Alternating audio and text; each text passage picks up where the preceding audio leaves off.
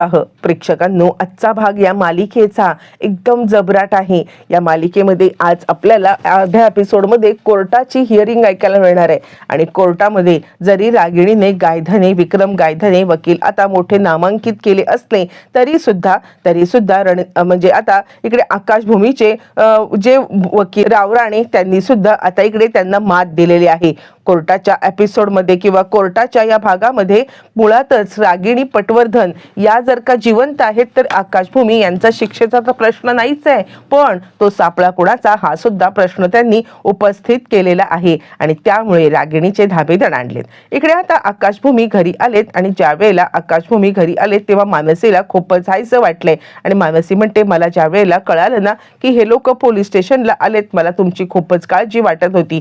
तिने तुम्हाला काही केलं तर नाहीये ना, आणि त्या कशा काय पद्धतीने त्यांनी आता सरेंडर केलं, खरंच मला काहीच कळायला मार्ग नाहीये असं आता ती म्हणायला लागते। त्यावरती लगेचच इकडे सगळ्यांना शंका आलेली आहे की रागिणी पटवर्धन ही अशी तशी नाहीये। यावरती भूमी म्हणते ती स्वतः सरेंडर झाले, याच्या मागे सुद्धा आता तिचा काहीतरी हात असणार आहे, ती अशी तशी सरेंडर होणाऱ्यातली बाईच नाहीये असं म्हणत भूमी आता बोलत आहे। पौर्णिमा सगळ्या गोष्टी ऐकत आहे आणि आता पौर्णिमाचा विषय थोडा बाजूलाच राहिलाय, म्हणजे आता पौर्णिमाने आतापर्यंत काय केलं किंवा आता रागिणीच्या इकडे हिचे हे कसे काय, म्हणजे रागिणीने हिला कसं काय हे केलं किंवा हिने चिठ्ठ्या कशा काय दिल्या, हा विषय तर टोटली बाजूला राहिलाय। म्हणून आता पौर्णिमा खूपच खुश आहे। इकडे सगळेजण देवाची प्रार्थना करतायत की रागिणी आत्या पकडली गेली आणि त्याच्यामुळे सगळं काही सुरळीत होतंय। बरं, हे सगळं चालू असताना आकाश देवाचे आभार मानतोय आणि आता सगळेच जण रागिणी आत्यापासून आमच्या घराचं रक्षण कर असं मागतायत, फक्त एकटी पौर्णिमा सोडून। आणि त्यावरती आकाश म्हणतो, मला म्हणजे कितीही संकट आली तरी सुद्धा विजय सत्याचाच होतो हे मात्र खरं आहे। पाया पडून झाल्यावरती भूमी म्हणते, आकाश मला काहीच कळायला मार्ग नाहीये की रागिणी आत्या इकडे आल्यात तरी का, म्हणजे त्या सहजासहजी येणाऱ्यातल्या नाही आहेत माहितीये ना आपल्याला, मग त्या का आल्यात? यावरती आकाश म्हणतो, मला सुद्धा हाच प्रश्न पडलेला आहे। म्हणजे आता बघ ना, इव्हिडन्स जळून खाक झाले आणि त्यानंतर रागिणीने सरेंडर केलं, हे कितपत म्हणजे ह्या गोष्टी कितपत एकमेकांशी जुळतात, कारण इव्हिडन्स गायब केल्यामुळे तिच्या विरुद्ध आता कोणता पुरावाच आपल्या हातात नाहीये। तिने आतापर्यंत जे काही कारस्थानं केली होती ती त्या म्हणजे इव्हिडन्सच्या रूम मध्ये जळून गेलेली आहेत आणि त्यामुळे कोर्टामध्ये जर का आपण तिला आता दोषी सिद्ध करायचं ठरवलं तरी सुद्धा कोर्टामध्ये आपण दोषी ठरवण्यासाठी आपल्याकडे कोणते पुरावेच नाहीयेत। यावरती भूमी म्हणते, ते एक तर झालं, पण ती कशा पद्धतीने ती आता स्वतः या सगळ्यामध्ये अटक झाली असेल किंवा स्वतःहून येऊन काय केली असेल, नक्कीच यामागे काहीतरी तिचा डाव आहे, नक्कीच यामागे काहीतरी मोठा डाव शिजतोय, ही गोष्ट मात्र नक्की। यावरती आता इकडे आकाश म्हणायला लागतो, हो बरोबर आहे, पण नक्की काय चाललं असेल, ती काय करण्याचा प्रयत्न करत असेल हे काही कळायला मार्ग नाहीये। इकडे तोपर्यंत रागिणी काय नक्की करण्याचं नाटक करते हे आपल्याला दाखवलं जातं। रागिणीने आपल्या स्वतःच्या बचावासाठी विक्रम गायधने या वकिलांना बोलवलेलं आहे आणि या गायधने या असं म्हणत ती आता त्यांना बोलवते आणि गायधने वकिलांची एंट्री झाल्यावरती ती सांगते, निष्णात वकील गायधने, आतापर्यंत एकही केस न हरलेले गायधने वकील माझी केस घेतायत की नाही ही जरा मला शंकाच होती, पण तुम्ही घेतलीत त्यासाठी तुमचे आभार। यावरती गायधने म्हणतो, कसं आहे ना मॅडम, पैसा आणि वन टाइम मनी दिल्यावरती कोणतीही केस घ्यायला मी नेहमीच तयार असतो, म्हणजे कसं आहे तुम्ही मला हवे तितका आकडा दिला त्यामुळे तुमची केस घेणं मला गरजेचं आहे। यावरती लगेचच आता इकडे सांगायला लागते रागिणी, कसं आहे ना, पैसा तर आहेच, पण म्हटलं काय, तुमचे काही शेड्यूल्स वगैरे असतात, तुमचे शेड्यूल्स एकदम टाईट असतात ना, म्हणजे तुमच्या केस एकदम तुमचे फुल सगळं हे केलेलं असतं आणि त्यामुळे तुम्ही आता पुन्हा एकदा माझी केस घ्याल काय? यावरती तो म्हणतो, कसं शेड्यूल तर असतंच, पण शेड्यूल हे मोडण्यासाठीच तर असतं की, आणि मुळातच आता इकडे माझे इतके सगळे असिस्टंट आहेतच की, ते कधी कामाला येणार? बाकीच्या केस असिस्टंट हजर करतील, म्हणजे ज्या केसमध्ये भरपूर पैसा मिळतोय ती केस काही गायधने सोडत नाही आणि गायधने मोठा डॅम्बिस वकील दिसतोय। बरं, हे सगळं चालू असताना तो सांगतोय, तुम्ही काही काळजीच करू नका, तुम्ही कितीही काहीही गुन्हे केलेले असले तरी या सगळ्यामधून बाहेर काढायची तुम्हाला जबाबदारी ही 100% टक्के माझी, असं म्हणत त्यांनी आता तिला बरोबर आश्वासन दिलेलं आहे. रागिणी सुद्धा या सगळ्यामध्ये पुरती खुश झाली आणि ती सुद्धा आता सांगते आहे की चला, काही झालं तरी तुम्ही माझी केस घेतलीत याची खात्री आहे मला की मी ही केस जिंकणार म्हणजे जिंकणार, असं म्हणत ती सुद्धा खूपच खुश झालेली आहे. गायधनीने बेसिक चौकशी केले आणि बेसिक तिला काही गोष्टी आता समजावून सांगितल्यात. गायधनींच्या गोष्टी ऐकून तिला आता खूपच छान वाटले आणि त्यानंतर ती आता सांगते, आकाशभूमी तुम्ही विचार सुद्धा केला नसेल अशा पद्धतीची मी चाल खेळलेली आहे. तुम्हाला तर मी आता सोडणारच नाहीये. अशी चाल खेळेन ना की या चालीमध्ये तुम्ही आता अडकलातच म्हणून समजा. मी कुठच्या दिशेने काय काम करते हे तुम्हाला समजू सुद्धा देणार नाहीये मी, असं म्हणत तिने आता खूपच मोठा डाव रचलेला आहे. इकडे तोपर्यंत हे दोघं जण क्षितिजाला विचारत असतात, पण त्यावेळेला क्षितिजाला उठवा म्हटल्यावर ती मानसी म्हणते ती आत्ताच झोपले रडून रडून तुमची वाट पाहून. आणि मग त्यानंतर देवाच्या पाया पडल्यावरती चर्चा झाल्यावरती क्षितिजा मात्र उठलेली आहे. क्षितिजा उठल्यावरती हे दोघं जण तिला आता मिठी मारतात. बाळा कशी आहे असं म्हणत ते तिला मिठी मारतात आणि ती सांगते, आई बाबा तुम्ही आलात. तुम्ही काल ज्या वेळेला मला म्हटलात ना की तुम्ही येणार आहात तेव्हा माझा त्याच्यावरती बिलकुल विश्वास बसता नाही. मला वाटलं की तुम्ही मला फसवताय की काय, पण तुम्ही खरंच आलात त्यामुळे मला आता खूपच आनंद झालेला आहे, असं क्षितिजा म्हणायला लागते. आणि त्यावरती आकाशभूमी तिला सांगायला लागतात, तू चिंता करू नकोस, तुला जर का आम्ही वचन दिलं होतं ना तर आम्ही येणार. ती म्हणते मग मला का नाही तुम्ही उठवलं. यावरती मग आता इकडे सांगायला लागते, भूमी अगं तू रडून रडून झोपली होतीस ना म्हणून तुला उठवलं नाही. यावरती ती म्हणते हे कोणी सांगितलं तुम्हाला. मग आता ती मानसीकडे लटक्या रागाने पाहते. मानसी हात जोडते, सॉरी माफ कर, मला राहवलं नाही म्हणून मला सांगावंच लागलं. आणि त्यानंतर मग आता इकडे ती सांगायला लागते, आई बाबा तुम्ही काही चुकीची गोष्ट नाही ना केलेली आहे. यावरती मग आता ते सांगतात की हे बघ बाळा आम्ही कोणतीही चुकीची गोष्ट केलेली नाहीये. त्यावरती ती म्हणते आणि जे काही केलं ते तुम्ही माझ्यासाठी केलं हे मला मनू मावशीने सांगितलेलं आहे. मनू मावशी मला म्हटली की माझा जीव वाचवण्यासाठी तुम्ही हा सगळा प्रकार केलात.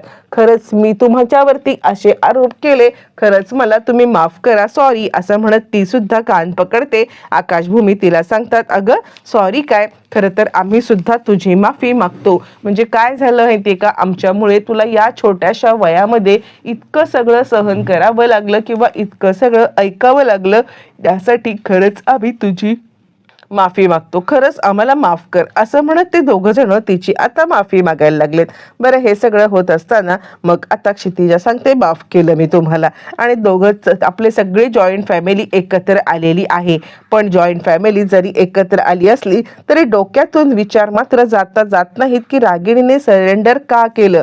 कारण रागिणीसारखी बाई कोणतंही कृत्य साधं सोपं सरळ करत नाहीये, ही गोष्ट सगळ्यांना चांगलीच माहिती आहे. आणि त्यामुळे सगळ्यांनाच खूप मोठा धक्का बसलाय. बरं हे सगळं चालू असताना इकडे आता एक न्यूज घेऊन आलेला आहे, तो म्हणजे बलदेव सांगतो, आकाश एक खूप बॅड अपडेट आहे. त्यावरती आकाश म्हणतो, काय काय झालंय काय. यावरती लगेचच तो सांगायला लागतो, अरे रागिणी पटवर्धन हिने गायधने वकील अपॉइंट केलेले आहेत आणि नक्कीच तिचा याच्या मागे काहीतरी डाव असणार आहे. इतक्या सहजासहजी तिने हा सगळा प्रकार केलेला नाहीये. त्यावरती आता इकडे लगेचच अथर्व सांगायला लागतो, हा तोच गायधने ना, माहितीये मला हा गायधने कोण आहे ते. म्हणजे हा गायधने लोकांना काय सांगतो माहितीये का, की आधी तुम्ही माझ्याकडे या, मी तुम्हाला सांगतो कसा खून करायचं ते, आणि मग मीच तुम्हाला या सगळ्यामधून वाचवेन, असं म्हटल्यावरती आता इकडे बलदेव म्हणतो, अरे नाही रे, ते फक्त गोष्टी असतात. आकाश म्हणतो, हो ते फक्त फेमस होण्यासाठी केलेले हे स्टंट असतात, पण तो वकील नालायक आहे इतकं मात्र नक्की. बलदेव म्हणतो, आपल्याला या सगळ्यामध्ये लवकरात लवकर आता म्हणजे आपल्याला सुद्धा एक वकील करायला पाहिजे. यावरती भूमी सांगते, यावेळेला त्या रागिणीचा अजिबात खात्मा करायचा म्हणजे करायचा, कोणत्याही बाबतीत त्या रागिणीला सोडायचं नाही. बरं हे सगळं चालू असताना इकडे रागिणीच्या डोक्यामध्ये काहीतरी वेगळंच चालू आहे. रागिणी मात्र आता विचार करते की काय आहे सगळं, खरंच काही कळायला मार्ग नाहीये.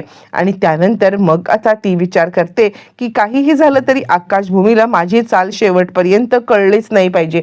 शेवटपर्यंत मी काय चाल खेळणार आहे किंवा शेवटच्या क्षणी मी यांच्यावरती काय टोल टोळा लगवणार आहे हे यांना कळता कामा नये. तोपर्यंत आकाशभूमी पोलीस स्टेशनला आलेली आहेत. रागिणी तिकडे आलेली आहे आणि काय माझ्या विरुद्ध डाव करताय का, तुम्ही तोंडावरती आपटणार असं सगळ्यांच्या समोर आता मोठ्या टेचामध्ये सांगत आहे.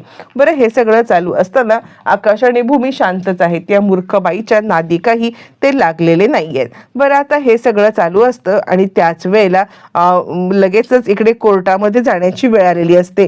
रागिणीला कोर्टामध्ये घेऊन जाण्याची वेळ आले आणि तिला गायकवाड कोर्टात नेत आहेत. ज्या वेळेला तिला कोर्टात नेत असे कुच्छित हसते ती, कुच्छित. आणि इकडे गायधने वकील आणि आता आकाश आणि भूमी यांचे रावराणे वकील हे ऑलरेडी कोर्टामध्ये हजर झालेले आहेत आणि ही केस सुरू झालेली आहे.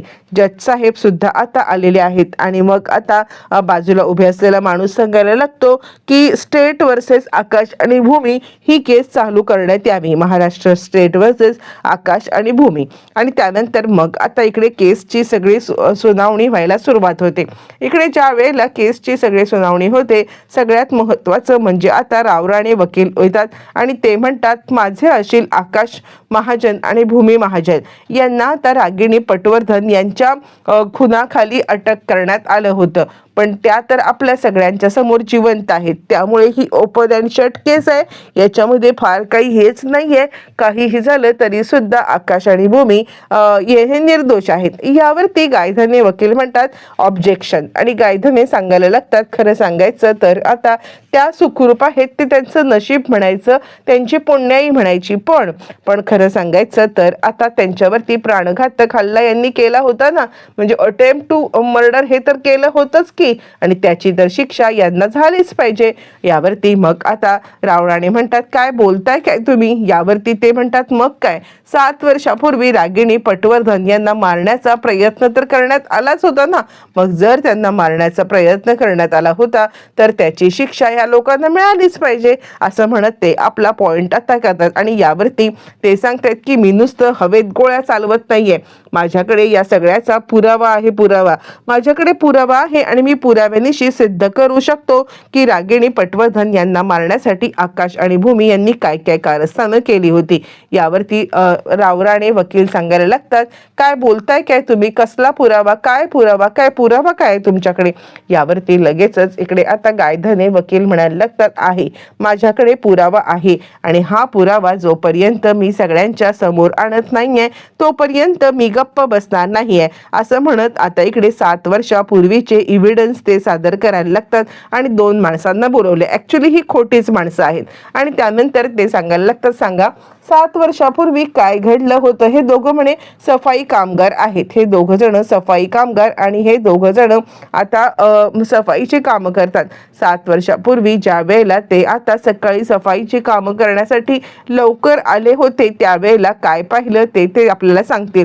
आणि मग ते सांगतात काही नाही, एक बाई आम्ही पाहिलंच की 7 वर्षापूर्वी रक्तबंबाळ अवस्थेमध्ये आता ती धावत चाललेली आहे. त्यावरती गायधने म्हणतात ठीक आहे, ती बाई ह्या कोर्टामध्ये हजर आहे का ते पहिलं सांगा. यावरती ते माणसं इकडे तिकडे पाहतात, पढवलेलीच ती माणसं रागिणीकडे पाहतात आणि याच होत्या. यावरती मग गायधने वकील म्हणायला लागतात बघितलं 7 वर्षापूर्वी ज्या वेळेला रागिणीची सगळी हे उघडकीला आली, पोलिसांच्या कस्टडीतून त्या पळून गेल्या होत्या, त्यावेळेला आकाशभूमी यांनी ट्रॅप रचला आणि ट्रॅप रचून रागिणीवरती हल्ला केला.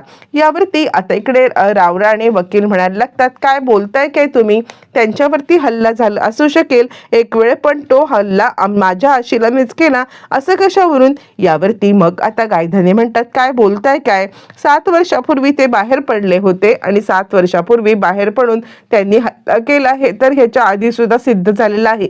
पण खरं सांगायचं तर आता त्यावेळेला 7 वर्षापूर्वीपेक्षा आत्ता काही दिवसापूर्वी सुद्धा आता ते तिकडे गेले होते नष्ट करण्यासाठी सापळा.